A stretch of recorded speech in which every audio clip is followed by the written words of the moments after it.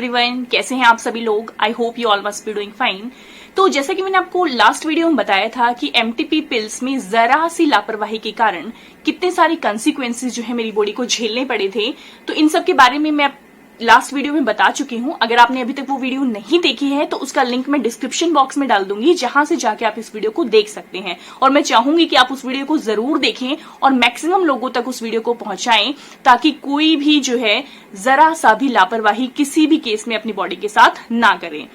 Although वो video जो है बहुत सारे लोगों तक नहीं पहुंच पाई, बट जितने भी लोगों तक पहुंची उन सब ने मुझे कॉल किया, मैसेजेस आए एंड दे सेड कि thanks for making this video, कि इस वजह से मतलब कितने सारी जो है अवेयरनेस हमारे अंदर आई है। हम लोग सोच भी नहीं सकते कि जरा सी लापरवाही कितनी भारी पड़ सकती है।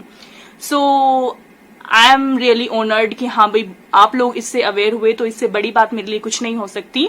सो thanks for that response. Now I am going to discuss कि मैंने आपको बताया था कि क्या प्रॉब्लम मेरे साथ हुई। वो प्रॉब्लम हुई थी AV malformation in uterus. I was detected with AV malformation in uterus. यहां तक मैं आपको अपनी लास्ट वीडियो में बता चुकी हूं। तो आज की वीडियो में हम डिस्कस करेंगे कि बेसिकली ये होता क्या है और इसका ट्रीटमेंट फिर कैसे किया गया। तो चलिए स्टार्ट करते हैं आज की वीडियो को। अब देखिए बेसिकली AVM होता क्या है, आर्ट्रियोवेंट्रिकुलर मालफॉर्मेशन। अब एवीएम में देखिए कनेक्शन क्या होता है। यूजुअली आप लोगों ने 10th क्लास तक जो है क्लोज्ड सर्कुलेशन पढ़ा है। हमारे ब्लड का क्लोज्ड सर्कुलेशन होता है, जिसमें आर्टरीज और वेन्स जो हैं they are connected with the help of capillaries, और उसके थ्रू जो है आर्टरीज और वेन का जो है कनेक्शन होता है। ऑक्सीजनेटेड और डीऑक्सीजनेटेड जो हमारा ब्लड होता है उसका एक्सचेंज होता है। आप स्क्रीन पर डायग्राम देखिए। यूजुअली जो है जब नॉर्मल कंडीशन होती है, यानी कि एवीएम जब नहीं है, तो क्या होता है आपको दिख रहा है कि आर्टरीज जो है हमारी बॉडी से क्या करती हैं, वो ऑक्सीजनेटेड ब्लड लेकर जाती हैं फ्रॉम द हार्ट, और उसके बाद कैपिलरीज के थ्रू जो है एक्सचेंज हो जाता है। इसी के अपोजिट जो वेन्स होती हैं, वेन्स क्या करती हैं, डीऑक्सीजनेटेड ब्लड लेकर आती हैं। ठीक है। एंड इनमें डिफरेंस क्या होता है, बेसिकली जो आर्टरीज होती हैं they are very thick walled, और जो वेन्स होती हैं they are very thin walled. तो आर्टरीज जो है हमारी ब्लड में बहुत सारे प्रेशर को झेल पाती हैं, लेकिन जो वेन्स होती हैं हाई ब्लड प्रेशर को झेल नहीं पाती। सो जब कैपिलरीज के साथ एक्सचेंज हो रहा है तो नॉर्मल जो है हमारी बॉडी की फंक्शनिंग चल रही है, कोई प्रॉब्लम हमारी बॉडी में नहीं होती। अब देखिए नेक्स्ट डायग्राम अपनी स्क्रीन पर, AVM कंडीशन। अब AVM कंडीशन में क्या होता है, हमारी आर्टरीज और हमारी वेन्स के बीच में डायरेक्ट लिंकिंग हो जाती है। मतलब एक शॉर्टकट पाथवे बन जाता है, एक शॉर्टकट बन जाता है। Rather than connection with the capillaries, they connect directly with each other. अब जब डायरेक्टली कनेक्ट हो गई, दोनों के फीचर्स अलग अलग हैं, दोनों की प्रॉपर्टीज अलग अलग हैं, दोनों की फिजिकल जो स्ट्रेंथ है, जो स्ट्रेंथ है नॉट फिजिकल स्ट्रेंथ है, वो भी अलग अलग है। सो इस वजह से क्या होता है कि जब हाई ब्लड प्रेशर वेन्स पर पड़ता है, तो जो वेन्स हैं उस फ्लो को झेल नहीं पाती, जिसकी वजह से it automatically burst and start bleeding heavily. So this is the major difference in the normal condition and the person with the AVM condition. I hope कि डिफरेंस आपको क्लियर होगा। 10th तक साइंस अगर आप लोगों ने पढ़ी है तो थोड़ा बहुत कंसेप्ट आप लोग समझ जाएंगे। सो this is the basic difference. अब AVM जो ये है, ये बहुत ही ऐसा नहीं है कि बहुत ही रेयर डिजीज है, बहुत कॉमन डिजीज है, बट ये नॉर्मली जो पाई जाती है वो ब्रेन में मिलती है और स्पाइनल कॉर्ड में। मींस AVM जो हमारी ब्रेन में और स्पाइनल कॉर्ड में है, they are very common, but I was detected with uterine AVM which is not so common. It is basically a rare disease. 10,000 में से 1% को ये डिजीज होती है, so it is a rare disease. But AVM can happen in any part of the body, क्योंकि हमारी सारी body में आर्टरीज और वेन्स प्रेजेंट होते हैं, तो ये मिसकनेक्शन कहीं पर भी हो सकता है। अब ये जो बेसिकली AVM है, अब ये दो तरह से हो सकते हैं। एक तो हमारी बॉडी में एक्वायर्ड हुए हैं, या फिर एक होती है कंडीशन इनहेरिटेड। अब देखिए ये थोड़ी सी साइंटिफिक टर्म्स हैं जो आपको समझनी होंगी। अब देखिए इनहेरिटेड का क्या मतलब होता है कि जो बाय बर्थ हमारी बॉडी में आ गई है। बाय बर्थ का क्या मतलब है कि जब जो बेबी है मदर के यूट्रस में होता है, तो उसी टाइम पर ही आर्टरीज और वेन्स का कनेक्शन इस तरह से हो जाता है, जैसे मैंने आपको बताया कि AVM की कंडीशन में डायरेक्ट लिंकिंग हो जाती है। बट वो इनहेरिटेड है, उस केस में हम कुछ नहीं कर सकते, they are not controllable. And second जो AVM मुझे हुआ, that was an acquired AVM। Acquired का मतलब क्या हुआ कि हमारी बॉडी में कुछ कंडीशंस ऐसी डेवलप हो गई हमारी किसी गलती की वजह से या किसी भी दवाई की एलर्जी की वजह से या whatever reason it can be, तो किसी न किसी रीजन की वजह से वो डिसेबिलिटी या वो मिसकनेक्शन हमारी आर्टरीज और वेन्स का हमारी बॉडी में हो गया. So this is the acquired AVM which I was suffering from. तो मेरे केस में हुआ क्या, बेसिकली जो पार्ट ऑफ कंसेप्शन रह गया था उसकी वजह से वहां पर जो पार्ट ऑफ कंसेप्शन था उसकी वजह से वहां पर आर्टरीज और वेन्स के कनेक्शन में इंटरलिंकिंग जो है स्टार्ट हो गई. इट मीन्स जो कैपिलरीज थी वो कहीं ना कहीं वहां से डिटैच होकर आर्टरीज और वेन्स जो है इस तरह से आपस में कनेक्ट होती चली गई और एक बहुत बड़ा गुच्छा सा वहां पर बन गया. एंड अल्टीमेटली जैसा कि मैंने आपको बताया कि जब ब्लड प्रेशर वहां से बहुत ज्यादा हो गया तो veins they were not able to tolerate that pressure और जिसकी वजह से वो बस्ट हो गई. और बस्ट होने की वजह से आई वॉज ब्लीडिंग हैवीली, जिसकी वजह से बहुत ही हैवी ब्लीडिंग स्टार्ट हो गई. So that is the case कि एवीएम की कंडीशन में क्या होता है और मुझे जो है कौन से वाला एवीएम था. अब बात करते हैं ये एवीएम का ट्रीटमेंट किस तरह से किया जा सकता है.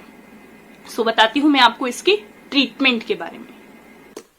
तो चलिए अब बात करते हैं कि एवीएम का ट्रीटमेंट जो है किस तरह से किया जा सकता है. अब देखिए एवीएम को जो है दो तरीके हैं उसको ट्रीट करने के.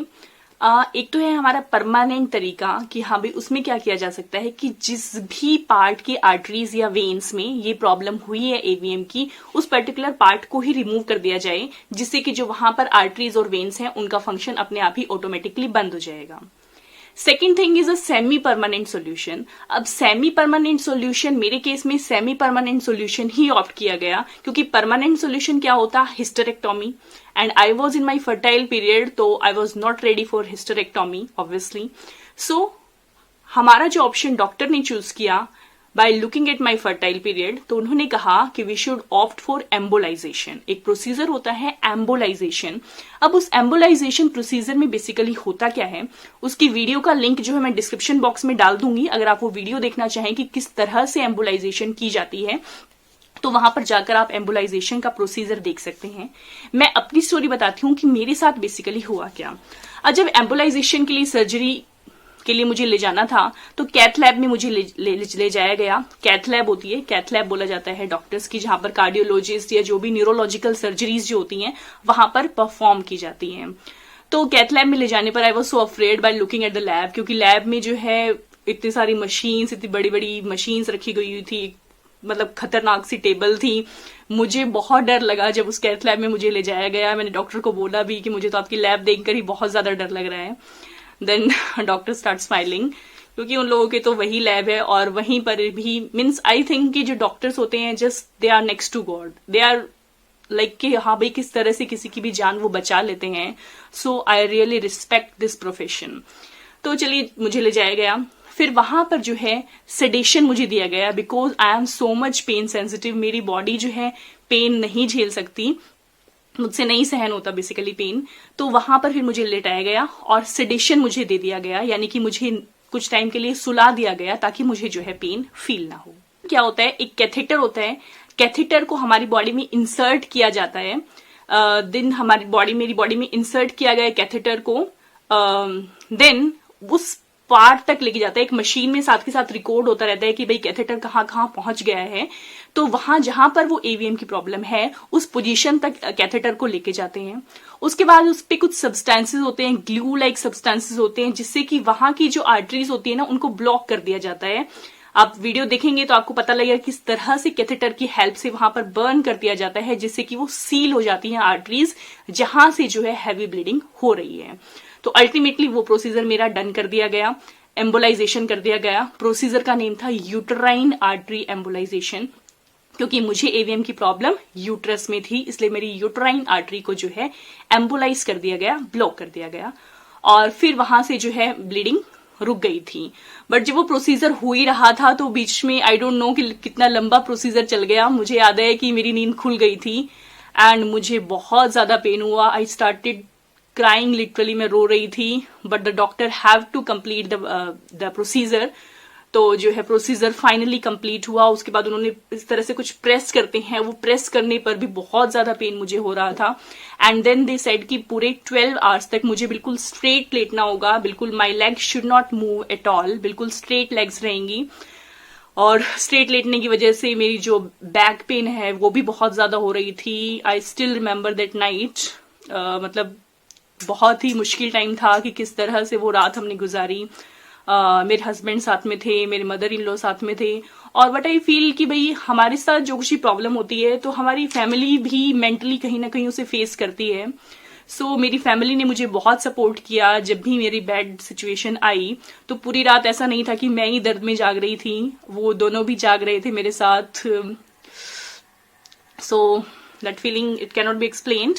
सो ओवरऑल फॉर्चुनेटली हुआ क्या कि फिर जो है मेरी ब्लीडिंग कंप्लीटली स्टॉप हो गई। मुझे जो है 15 डेज, मुझे फिर नेक्स्ट डे जो है हॉस्पिटल से डिस्चार्ज कर दिया गया और बोला गया कि 15 डेज तक कोई हैवी एक्सरसाइज आपको नहीं करनी है और थोड़ा सा रेस्ट रखना है 15 डेज तक। उसके बाद you can continue with the normal activities.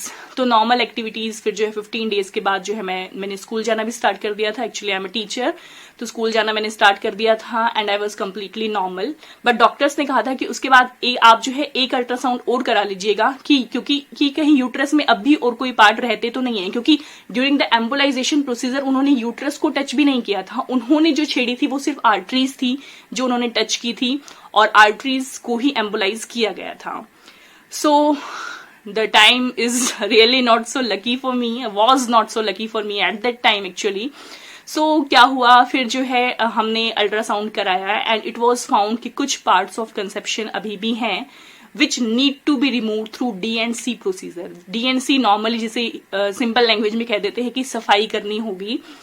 So we were like कि हाँ ये तो बहुत ही इजी सा प्रोसेस है, इसमें तो मतलब आई वॉज लाइक इतना कुछ मैंने झेल लिया है तो इसमें तो कुछ नहीं होने वाला।